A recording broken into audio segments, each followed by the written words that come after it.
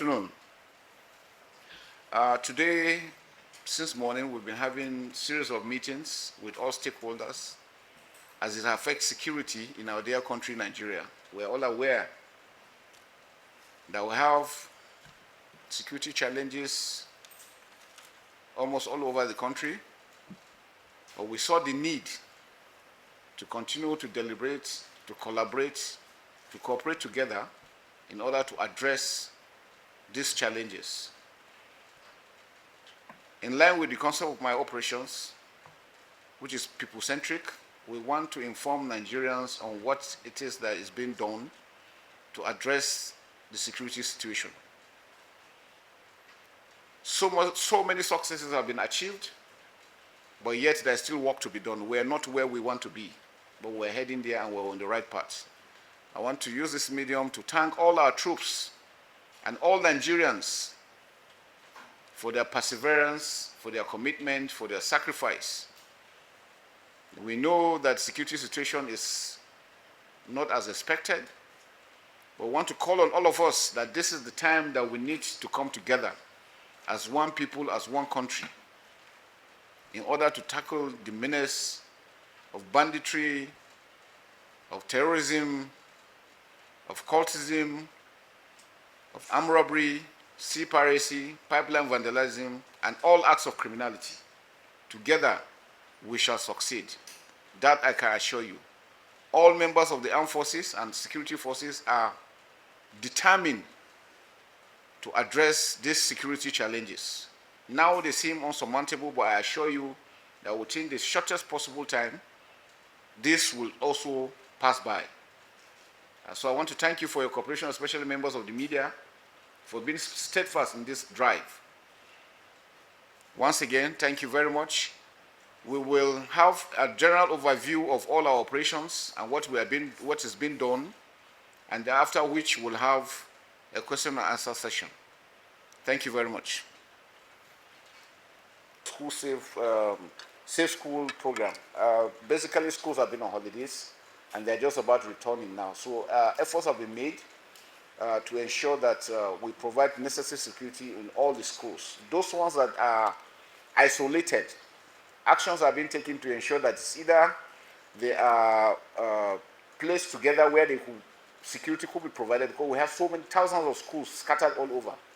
So efforts have been made to make sure that we position them in such a way that troops will be able to respond in case there are any attacks or threats to the lives of the pupils in this school. So it's an ongoing operation. And again, to jump into what's mentioned about the visit to Sokoto, ideally we have overviewed the entire operation and realized that we need to harmonize our operations together.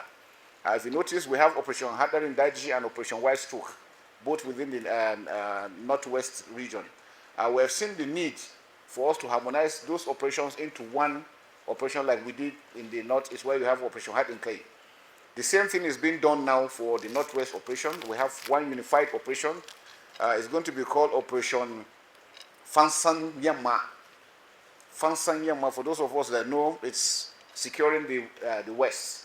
Now, the intention is to ensure that we synergize all our efforts in addressing the security challenges in the Northwest.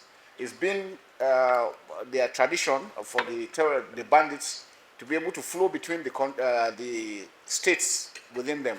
So now what we're doing is that since we're harmonizing the whole operation, they will come under one commander. And then the commander will be able to utilize all the equipment and troops together to ensure that we address this critically. And I think that's the best solution we have for it. And I can assure you, all the assets that is required to do that will be done. The intention of the bandits is to just show that they are present.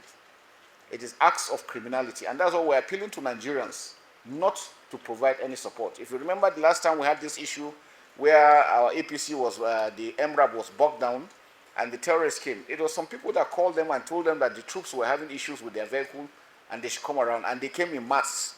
That's what exactly happened. And that's why we're appealing to individuals. If you think these guys are on your side, they're a bunch of deranged individuals that have no allegiance to anybody. Today you think you are with them, tomorrow they are coming after you. It's just like training monsters. When you train monsters, when they grow up, they definitely will be the next victim. So we appeal to Nigerians not to allow themselves to be cowed. And like it is also said, we also appeal that for us to maintain security, the armed forces and security agencies cannot be everywhere. We will try as much as possible to be there, but we're going to build the capacity of the locals to be able to defend themselves for a while before the military will come in. That we have adopted in the Northeast with the civilian JTF, with the hybrid forces, and it has worked. We're also trying to do the same thing. We're working with the state government. We're not working in isolation. We know the relevance of the communities. We know the relevance of the state governments. So we're working as a team to ensure that we address these issues together.